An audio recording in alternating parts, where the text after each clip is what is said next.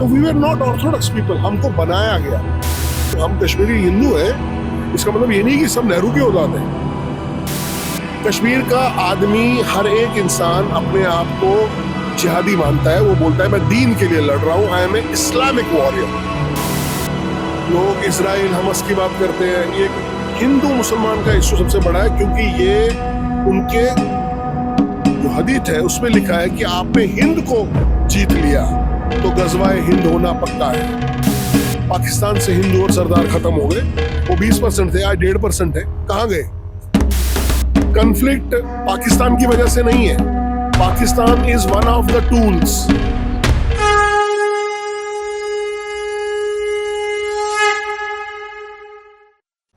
नमस्ते, मैं सनातन प्रभात की ओर से विक्रम डोंगरे सनातन राष्ट्रीय शंखनाद महोत्सव इन्फिनिटी ग्राउंड से बात कर रहा हूँ। अभी मेरे साथ एक विशेष अतिथि उपस्थित है। आप है यूथ फॉर पनून कश्मीर के एपेक्स कमेटी के चेयरपर्सन श्री राहुल कौल जी। नमस्ते राहुल जी। नमस्कार। नमस्कार आपका भी, और सनातन प्रभात के थ्रू जितने भी आपके सारे व्यूअर्स हैं, जितने भी श्रोता है, वो हमारे साथ जुड़े रहने के लिए उनका भी बहुत ही हार्दिक नमस्कार, धन्यवाद, अभिनंदन जी। धन्यवाद राहुल जी। अभी जो हम कहते हैं हिंदू इकोसिस्टम, तो हिंदू इकोसिस्टम के दृष्टिकोण से यदि देखें तो जो ज्यूज़ है उनकी स्वयं की एक इकोसिस्टम है।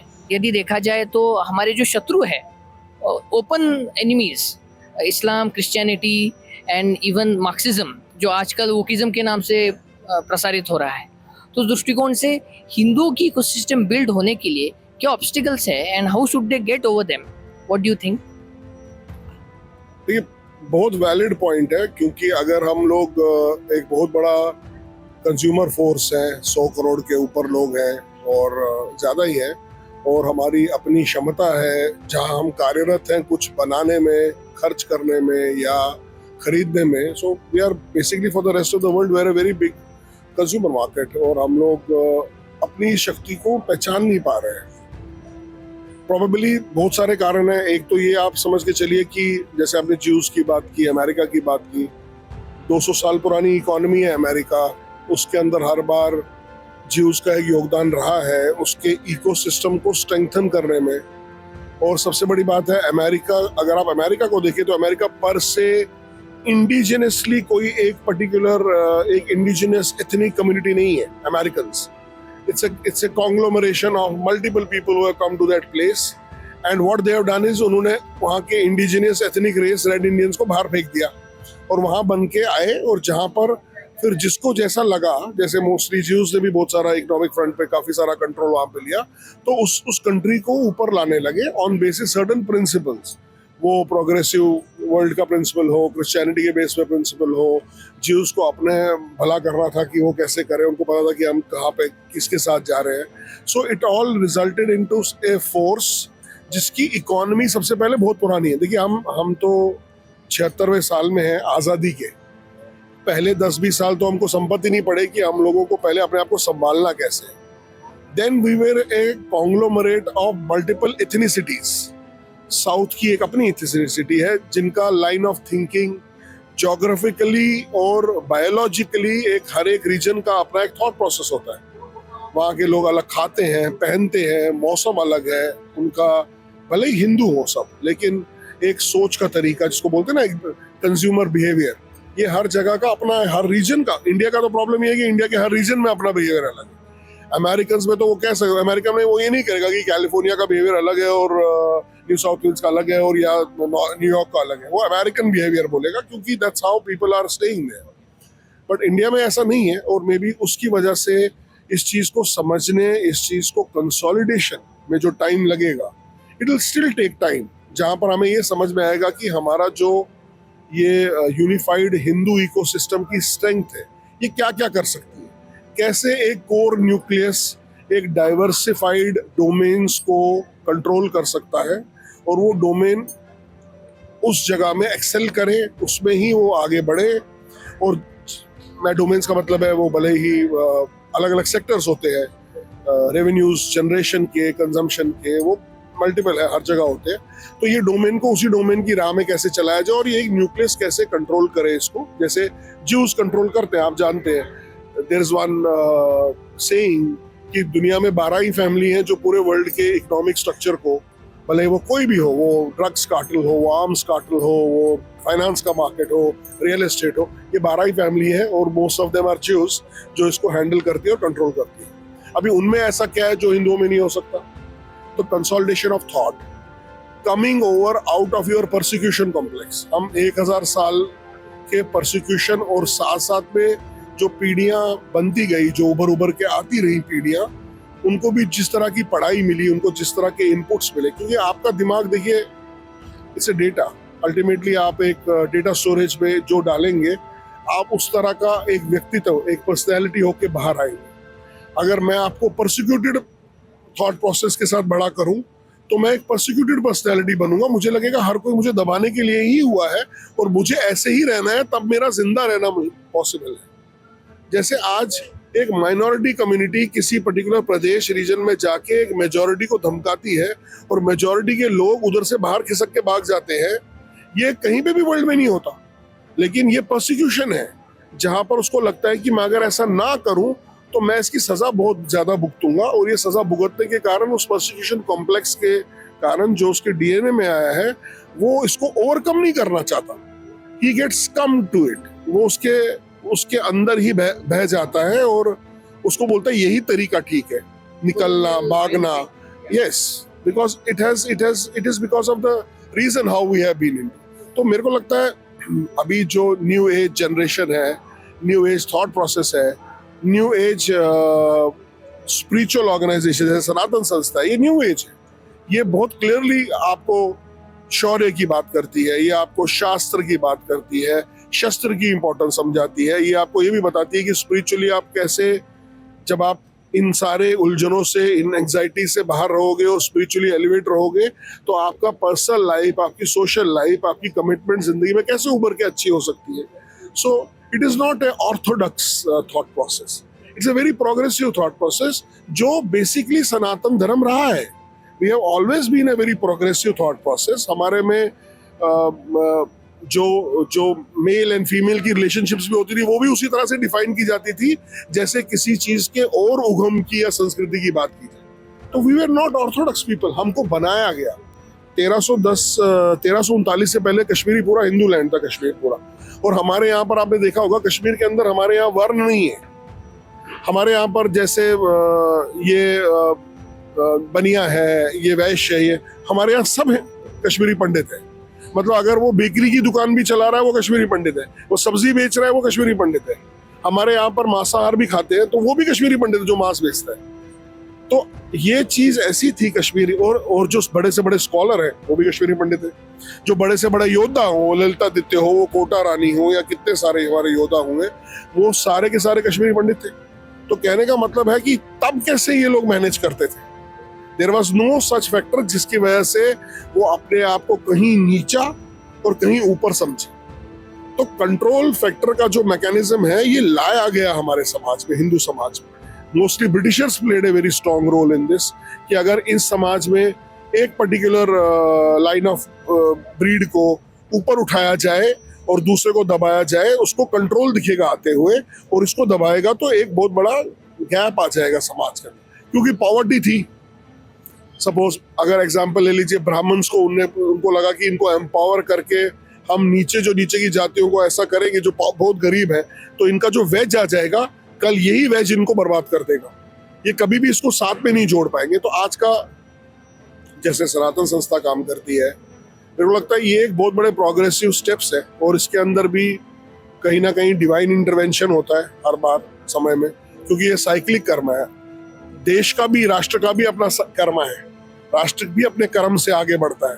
तो उस कर्म के कारण में भी समय अभी आ गया है कि ये छोटी मोटी जो गैप्स है हमारे यहाँ, ये जात की गैप हो, या वर्ण की गैप हो, या काले गोरे की गैप हो, या ब्राह्मण और शूद्र की गैप हो, ये खत्म करके सनातन संस्था जैसी ऑर्गेनाइजेशंस, जो इसका कोर न्यूक्लियस है, वो अध्यात्म है, वो मोक्ष है, वो स्पिरिचुअलिटी है, जिसको वो एक बेस बना के आपकी पर्सनैलिटी, आपकी सोशल, आपकी पर्सनल पर्सनैलिटी को के उत्थान के बारे में बात करता है। I think it's a very big step. और जितना जल्दी हम ये समझे, क्योंकि ये कॉम्प्लेक्स टॉपिक है नहीं, it is not a complex topic, ये हमारी ₹2.5 का पंचांग भी ये बात करता है कि आपका जो चित है, जो आपका सबकॉन्शियस है, उसके और आपके बाहर के रियल्म में, आपका जो बाहर का मैट्रिक्स है, उसमें सिर्फ एक धूल का फर्क है। आपको सिर्फ अंदर झांकना है, मगर हम वो कोशिश नहीं करते। हमको लगता है ये क्या मतलब होता है। लेकिन अगर जब आदमी साधना करते हैं, जब आदमी उसको समझ में आता है कि ये इंटरनलाइज करना, अंदर झांकना, इसका मतलब क्या होता है, ये करने से होगा। अगर हम एप्रहेंसिव रहे, हम हर चीज पे टीका टिप्पणी करें, हम प्रैक्टिकल ना बने और हर चीज को अपने कॉम्प्लेक्सेस छुपाने के लिए उसके ऊपर पहले टिप्पणी करें और कभी ना करें और दूसरे को भी डिस्करेज करें, तो आई थिंक वो सही नहीं है। जैसे साधक को साधक ही बनना पड़ेगा, भले वो जिंदगी में कुछ भी करे। मैंने इतने अभी कम से कम 13-14 साल से मैं जुड़ा हूँ सनातन संस्था के साथ। मैंने यहाँ पर मैरिड लोग भी देखे, मैंने उनका हस्बैंड एंड वाइफ को भी साधिका बनते हुए देखा है। तो यही प्रोग्रेसिव स्टेप है, यही तरीका है जिस तरह से आप ये रह सकते हैं। आप ये जिंदगी के हर एक रंग में रह के आप अध्यात्म की तरफ बढ़ते हैं, वही सबसे बड़ा अध्यात्म का रंग है। और आई थिंक वही सबसे इजीएस्ट वे और फास्टेस्ट वे है। मतलब हठ योग भी शायद बहुत समय ले ले, लेकिन अगर आप गृहस्थ योग में रह के अध्यात्म के ऊपर काम करते हैं तो वो उसको बहुत ही ज्यादा फास्ट माना गया है कि जहाँ मोक्ष की प्राप्ति होती है। तो कहने का मतलब ये है कि इंडियन इकोसिस्टम की आपने बात की, तो इंडियन इकोसिस्टम को कंसोलिडेट होना पड़ेगा। We have to come over the regional biases, we have to come over the caste creed biases. हमारे को अपनी इकोसिस्टम बना के जहाँ जहाँ जिस रीजन, जिस लोगों के डोमेन्स उनके हैं, जैसे छोटा एग्जांपल, किसी का साड़ी बनाना एक डोमेन है, मैं छोटी example, let them excel in that. तो दुनिया की सर्वश्रेष्ठ साड़ियां हम बनाने चाहिए, हमसे बड़ा कोई नहीं होना चाहिए। लेकिन अगर जीन्स जैकेट बनाने वाला बोले साड़ी भी हम बनाएंगे, वो उसके डोमेन में घुस के उसको ही कंपटीशन खड़ा कर रहा है, तो we are actually killing ourselves. और यही अंग्रेज भी चाहते थे, इनमें वह जैसा प्रयोग करो कि हर कोई दूसरे का कॉम्पिटिटर बने। सो उसके डोमेन को बढ़ावा दे, इकोसिस्टम की जो अम्बिलिकल कॉर्ड है वो एक जगह रहे, ये इकोसिस्टम इसको गाइड करे, तो I think we will beat Rockefellers of the world. हम लोग इससे बहुत आगे निकल जाएंगे। ये एक तरीका लगता है हमें, हो सकता है बस। बहुत ही महत्वपूर्ण और एक डीपर पर्सपेक्टिव आपने राहुल जी इसमें से बताया। तो अभी इस महोत्सव में जो सनातन राष्ट्र का उद्घोष हुआ है, तो उस दृष्टिकोण से अभी कश्मीरी हिंदुओं की स्थिति तो सभी को ज्ञात है।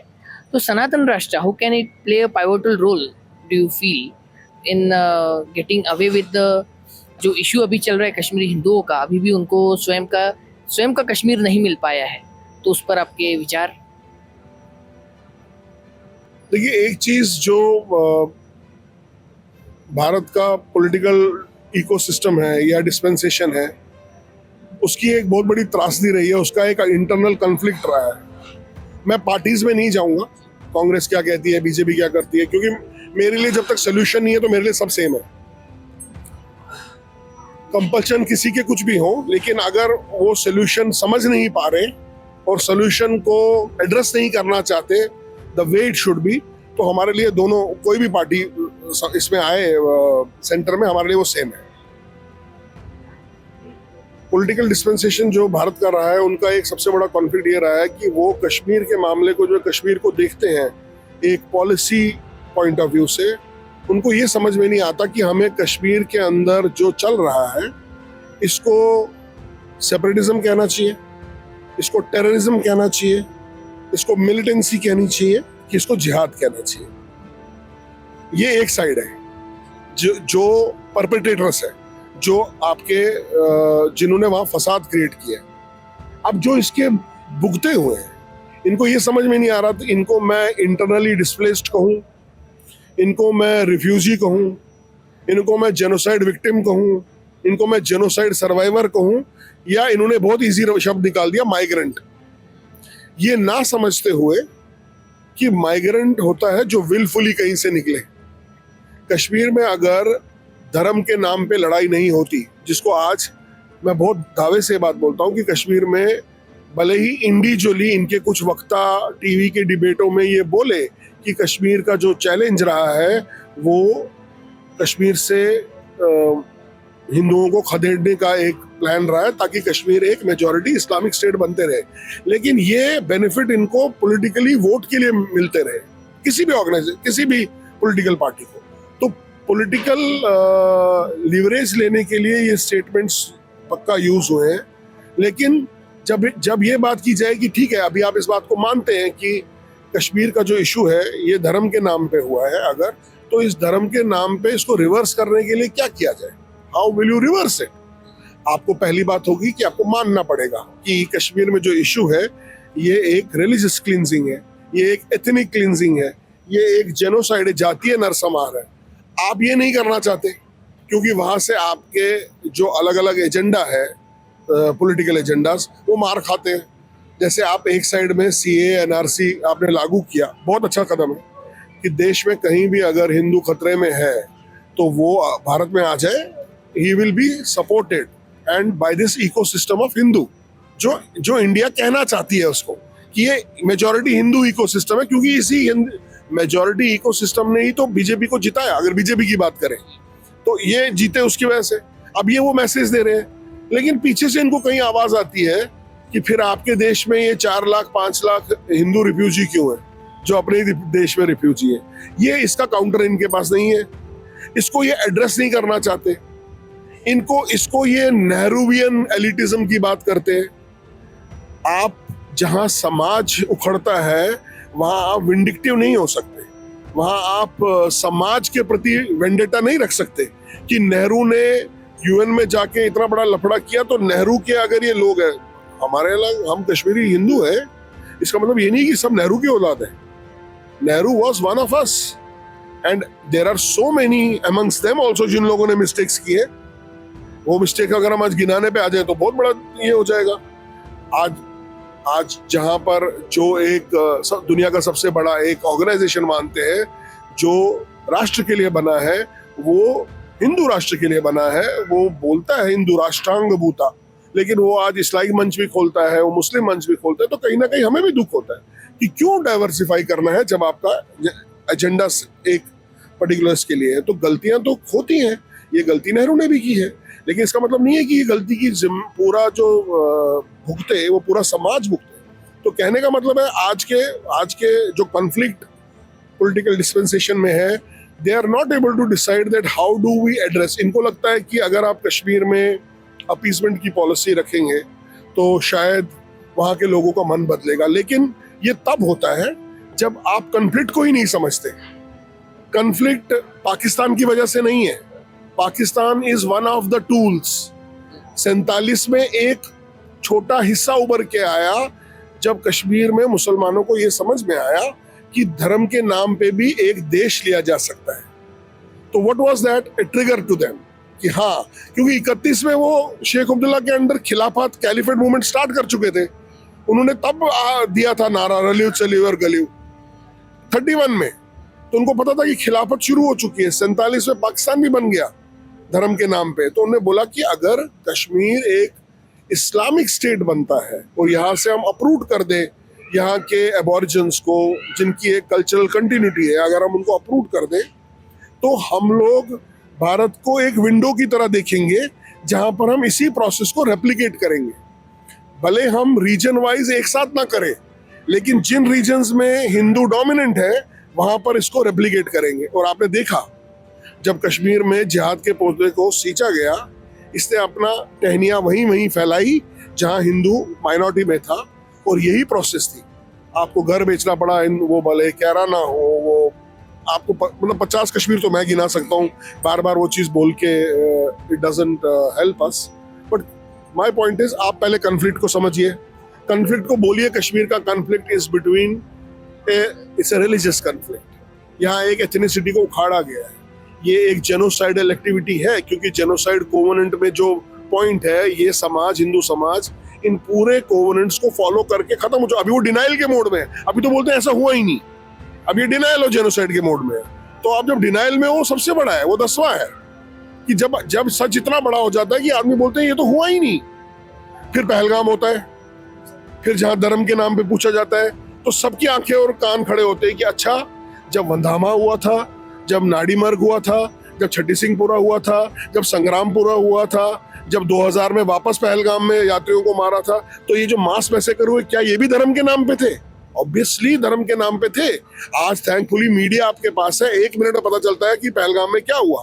तब पूरे कट ऑफ थे, तब तो फोन नहीं थे, आपका इकोसिस्टम इस्लामिक जिहाद से कम था। वो चाहते थे कि कश्मीर के अंदर आजादी मिले इनको, हम अलग हो जाए। किसके नाम पे? दीन के नाम पे। इस्लामिस्ट मेजॉरिटी अगर इसको कंट्रोल करे इस जगह को, तो हमारे पास एक इस्लामिक स्टेट आ जाएगी भारत में। और ये कश्मीर क्यों इंपॉर्टेंट है? क्योंकि एक तो इससे ये पूरे हिमालयन रीजन को कंट्रोल करते हैं, नॉर्थ वेस्ट फ्रंटियर के को कंट्रोल करते हैं। वहां से जितने इन्वेडर पहले हुए हैं उनको वापस एक चांस मिलता है उन सब रीजन्स को वापस अंदर आने का। और सबसे बड़ी बात कि जो सबसे बड़ा कल्चरल कंटिन्यूटी और स्पिरिचुअल कंटिन्यूटी का जड़ है, जब आप उसको ही डिस्टॉर्ट कर देते हो तो फिर आपको भारत बचा ही किस लिए? भारत में तो ऐसी बहुत सारी जगहें हैं ना, बहुत सारी जगह जहां अलग अलग, दिल्ली में अपना इंडिजिनस कोई आदमी नहीं है, दिल्ली में भी बाहर से लोग आए और दिल्ली का शहर बसा। ऐसे बहुत सी जगहें हैं जहां पर इंडिजिनसली लोग नहीं होते, लेकिन जहां के लोग एथनिकली इंडिजिनस है। महाराष्ट्र है, गोमांतक है, लोग एथनिक लोग हैं। कल को अगर यहां होने लगा, सपोज आप इस्लामिक कंटिजेंसी के शिकार ना हुए, लेकिन आप कैथोलिक और ये क्रिश्चियन के इसके कंटिजेंसी के इवेंजलिस्ट माइंडसेट के शिकार हो सकते हैं। और अगर आप वैसे हुए तो कहीं ना कहीं तो आप शिकार हो ही रहे हो ना, you are a genocide victim. तो कहने का मतलब है, अगर ये उस चीज को रिकॉग्नाइज नहीं करते और इनको लगता है कि अगर हमने रिकॉग्नाइज किया तो ये हमारी हार है, इससे लोग हमको वीक समझेंगे, ऐसा नहीं है। क्योंकि आप आज भी सरकार को ये मालूम है कि 48 के जेनोसाइड कन्वेंशन में आप उसके सिग्नेटरी हैं। 59 में आपने अपने पार्लियामेंट में इसको रेटिफाई किया कि मैं देश के सारे प्रांतों में जेनोसाइड लॉज लागू करूंगा, मगर आपने नहीं किए। जैसे आपने माइनॉरिटी के लॉज नहीं लागू किए। आज अगर हम माइनॉरिटी की डेफिनेशन देखें तो जिस स्टेट में जो भी एक कम्युनिटी, एक एथनिसिटी कम है, वो माइनॉरिटी मानी जाएगी। It is region specific. मतलब अगर गोवा में मुस्लिम कम है तो माइनॉरिटी है, अगर ये हिंदू कम है तो हिंदू माइनॉरिटी है। लेकिन कश्मीर में ऐसा नहीं हुआ। 370 के रहते हुए इन्होंने नया जो इनका कॉन्स्टिट्यूशन था, इन्होंने कश्मीरी हिंदुओं को जो 2% थे, बोला आप तो मेन स्ट्रीम हिंदू के पार्ट हो, इसलिए हम 98% मुसलमान माइनॉरिटी हैं, इसलिए हम सारे हक ले लेंगे जो माइनॉरिटी को मिलने चाहिए। तो आपको सीटें जाती थी, आपका कॉलेज के अंदर कोटा जाता था, आप तो स्वर्ण में आते तो आपको क्या मिलेगा? तो problem, challenge Indian political dispensation का है, जहां इनकी पॉलिसी फ्रैक्चर हुई है, जहां पर एक बैंक्रप्सी है कश्मीर को समझने के लिए। कश्मीर का आदमी, हर एक इंसान अपने आप को जिहादी मानता है। वो बोलता है मैं दीन के लिए लड़ रहा हूं, I am a Islamic warrior. इनको ये बात लोगों को नहीं बतानी है। अरे आप जब आप क्यों बोल रहे हो? ये आपके रीजन का एक आदमी बोल रहा है, आप उसमें लाला लीपा पोती करके क्या दिखाना चाहते हो? मैंने यहाँ पर टूरिज्म का हम टेररिज्म का बदला टूरिज्म से देंगे, उसे टूरिज्म पे अटैक किया। आप बोलो मैं मंदिर ठीक कर रहा हूं कश्मीर में, जैसे पैसे डाल रहे हैं, अभी मंदिर ठीक होंगे, ये मंदिर तोड़ देंगे। आपको बोलना पड़ेगा कि यहाँ का जो रूट है, इसका रीजन है इस्लामिक कंसेंसस बिल्ड करना, जो इंडिया जैसे देश के अंदर अलाउड नहीं है।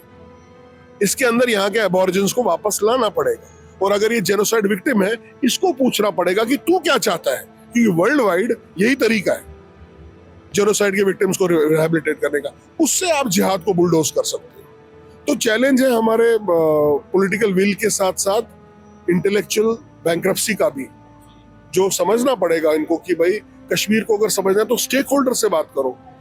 ये एबॉरिजिन को छोड़ के जो हिंदू है कश्मीर का, बाकी सबसे बात करते हैं। कश्मीर में एक पर्टिकुलर संस्था का सेवा भारती का कार्यक्रम चलाता है, वो हरियाणा का है, वो हमको समझाता है कश्मीर क्या है। जब हम उसको बोलते हैं कि आपको पता ही नहीं है, आपको कितने साल सर 6 साल से हम कश्मीरी मुसलमानों के बीच में काम कर रहे हैं। मैंने कहा 7वें साल नहीं, 8वें नहीं, 9वें में पता चलेगा ये पूरा सोने का, इसका पिछवाड़ा पीतल का होगा, ये आपको पता नहीं है। तो बाद में पता भी चलता है उनको, ऐसी बात नहीं है। तभी तो ऐसा होता है ना, लोकसभा में अपना कैंडिडेट ही खड़ा नहीं करते, हम वोट किसको दें। तो ये चीजें चल रही हैं, ये हमें प्रखर रूप से खड़ा बोलना पड़ेगा। देखिए अगर हम इस पर टिप्पणी करते रहे एंड वी बी हम क्राई बेबी बने, तो ये नहीं होगा। पनन कश्मीर बहुत स्ट्रेट फॉरवर्डली बात करता है। पनन कश्मीर बोलता है कि हम राष्ट्र के हिंदू फोर्स को कश्मीर के हिंदू के साथ जोड़ेंगे। जैसे राम जन्मभूमि एक मुद्दा था, जो एक आस्था का मुद्दा था, जहां जब लोगों ने उसको बोला कि मंदिर वहीं बनाएंगे, तो सरकार को भी अपने मैनिफेस्टो में लेना पड़ा। जो भी सरकार चाहती थी कि मंदिर वहीं बनाएंगे, उनने भी ले लिया। आज कश्मीर वहीं बनेगा और वो कश्मीरी हिंदू के साथ साथ देश के हर हिंदू का होगा। जब ये मैनिफेस्टो बनेगा, और ये तब बनेगा जब ये पूरा हिंदू इकोसिस्टम हमें सपोर्ट करेगा, क्योंकि हम कम क्वांटिटी में कम है। तो ये हमारी आशा है कि हम सनातन संस्था जैसे अम्ब्रेला ऑर्गेनाइजेशंस के साथ जाके बाकी लोगों से भी मिले। अभी हमारा 13 जुलाई को जम्मू के अंदर एक हाई लेवल का एक हम सेमिनार कर रहे हैं, कश्मीरी हिंदू अधिवेशन, जहां पर यहाँ के जितने इन्फ्लुएंसर हैं वहां पे आएंगे। हम यही बात सरकार को दर्शाने की कोशिश करेंगे कि आपको समझना पड़ेगा स्टेक होल्डर कौन है। आप अगर उनसे बात करते हो तो हमसे भी बात करनी पड़ेगी। जब तक आप वो नहीं करोगे तो ये कश्मीर का इश्यू एक दुकान की तरह, एक इंटरनेशनल बिजनेस हाउस की तरह चलता रहेगा, क्योंकि ये हिंदू मुस्लिम इशू है ना। दुनिया में कहीं भी हिंदू मुस्लिम इशू नहीं हो रहा। लोग इजराइल हमस की बात करते हैं, ये एक हिंदू मुसलमान का इशू सबसे बड़ा है, क्योंकि ये उनके जो हदीत है उसमें लिखा है कि आपने हिंद को जीत लिया तो गजवाए हिंद होना पक्का है। हिंद को जीतना पड़ेगा। अब हिंद को जीतने के लिए इनको खिड़की कश्मीर दिखी है, वहां से इनको लगता है रास्ता इजी है, क्योंकि एक स्टेट तो पूरी मैंने 98% कर ली, मेरे को क्या मारेंगे क्या? आप वैसे भी आप कश्मीर में मुसलमान को मार थोड़ी सकते हो, बुलडोज थोड़ी कर सकते हो। क्या कर सकते हो? जब आप डेमोग्राफिकली थोड़ा हिंदू को वापस वहां ले जाओ, मैं तैयार हूं जाने के लिए, बट मैं तितर बितर स्थिति में नहीं जाऊंगा, क्योंकि मैं 90 से पहले वैसे ही था, तो मेरा कोई भी तरीके का एम्पावरमेंट नहीं होता था। मुझे एक जगह रखो ताकि मैं अपना एमएलए, अपना कॉर्पोरेटर, अपनी कल्चरल कंटिन्यूटी, सारी रिचुअल्स, मेरे जितने आगे की पीढ़ी है वो बढ़े, संभले। नहीं तो मैं रहूंगा तो मैं बिखरता जाऊंगा, मैं खत्म होता जाऊंगा। जैसे आज बांग्लादेश से हिंदू खत्म हुआ, जैसे बांग्लादेश पाकिस्तान से हिंदू और सरदार खत्म हो गए, वो 20% थे, आज 1.5% है। कहाँ गए? ये कश्मीर में हुआ है। समय के साथ साथ ये होता रहता है। So this is the irony of अभी जो हो रहा है देश के साथ।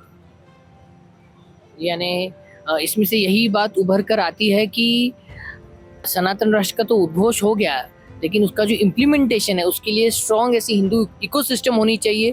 तभी कश्मीरी हिंदू का जो विषय है, उन पर जो संकट है वह भी दूर हो सकेगा और सही मायने में फिर सनातन राष्ट्र की स्थापना हो सकेगी। बिल्कुल, आपने बिल्कुल सही कहा। और हमारा ऐसा मानना है कि सनातन राष्ट्र या हिंदू राष्ट्र की स्थापना का पहले सीढ़ी पनन कश्मीर ही होगी, क्योंकि ये एक ऐसे हिंदुओं की कहानी है जो एक इस्लामिक जिहाद के कारण अपने देश से, अपने लैंड कॉन्शियसनेस से खदेड़े गए, बाहर फेंका गया इनको। आज ये लड़के कह रहे हैं कि हम वापस जगह लेंगे। वो सीढ़ी अगर हम पार करते हैं तो वहां हम हिंदू राष्ट्र की पहली सीढ़ी रखते हैं, सनातन राष्ट्र की पहली सीढ़ी रखते हैं, जहां हम बोलते हैं कि किसी भी तरीके की धर्म के नाम पे सुपरमेसी की जगह भारत में नहीं है।